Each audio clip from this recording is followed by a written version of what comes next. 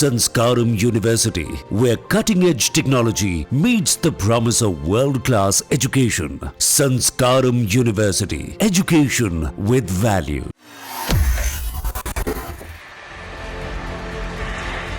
Gaza में Israeli फौज ने अब तक का सबसे बड़ा ऑपरेशन शुरू किया है। इसको लेकर ब्रिटेन, फ्रांस और कनाडा ने गाजा में इजरायली सैन्य कार्रवाई की आलोचना की है। इस पर इजरायली प्रधानमंत्री बेंजामिन नेतन्याहू ने जवाब दिया है।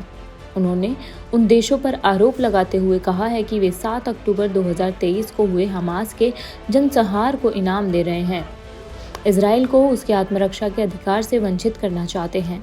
बयान में इजरायल से गाजा में अपनी नई सैन्य कार्रवाइयों को रोकने तथा तत्काल मानवीय सहायता पहुंचाने की भी अपील की गई है। इजरायल के प्रधानमंत्री ने कहा, यह बर्बरता पर सभ्यता का युद्ध है। इजरायल तब तक न्यायपूर्ण तरीकों से अपना बचाव करना जारी रखेगा जब तक कि पूर्ण विजय प्राप्त नहीं हो जाती। नेतन्याहू ने संघर्ष को याद करते हुए कहा, युद्ध 7 अक्टूबर को शुरू हुआ था जब फलस्तीनी आतंकवादियों ने हमारी सीमाओं पर हमला किया। 1200 निर्दोष लोगों की हत्या की गई और 250 से अधिक निर्दोष लोगों को गाजा की काल कोठरी में उनका अपहरण करके रख लिया गया।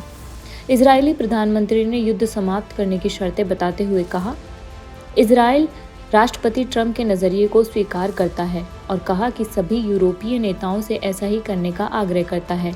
अगर बाकी बंधकों को रिहा कर दिया जाए, हमास अपने हथियार डाल देगा।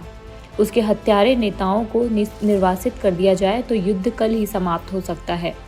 किसी भी देश से इससे कम कुछ भी स्वीकार करने की उम्मीद नहीं की जा सकती है और इजरायल निश्चित रूप से ऐसा नहीं करेगा। इजरायल के इस प्लान पर यूरोप के बड़े देशों और पश्चिमी लॉबी ने घोर असंतोष जताया है। ब्रिटेन, फ्रांस और कनाडा ने इजरायल के युद्ध विस्तार को असंगत बताया है। इन्होंने गाजा की स्थिति को असहनीय बताया और धमकी दी कि यदि इजरायल का अभियान जारी रहा तो ठोस जवाब दिया जाएगा। जब तक नेतन्याहू सरकार इन जघन्य कार्रवाई को जारी रखेगी, हम चुप नहीं बैठेंगे। अगर इजरायल ने नए सिरे से सैन्य आक्रमण बंद नहीं किया और मानवीय सहायता पर अपने प्रतिबंध नहीं हटाए तो हम जवाब और ठोस कदम उठाएंगे।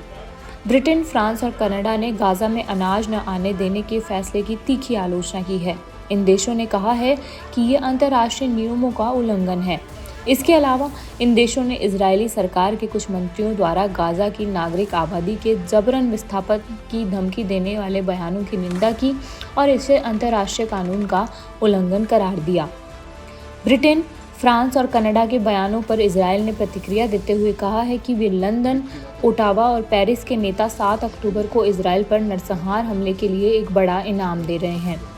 प्रधानमंत्री नेतन्याहू ने ट्वीट कर कहा, हमारी सीमा पर हमास आतंकवादियों के नष्ट होने से पहले हमारे अस्तित्व के लिए किए जा रहे रक्षात्मक युद्ध को समाप्त करने के लिए इजरायल से अनुरोध करके और फिलिस्तीनी राज्य की मांग करके लंदन, ओटावा और पेरिस के नेता 7 अक्टूबर को इजरायल पर नरसंहार हमले के एक बड़ा इनाम दे रहे हैं।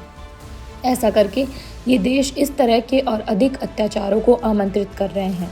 नेतन्याहू ने कहा कि युद्ध 7 अक्टूबर को शुरू हुआ जब फिलिस्तीनी आतंकवादियों ने हमारी सीमाओं पर हमला किया, 1200 निर्दोष लोगों की हत्या की और 250 से अधिक निर्दोष लोगों को किडनैप कर गाजा की काल कोठरी में ले गए।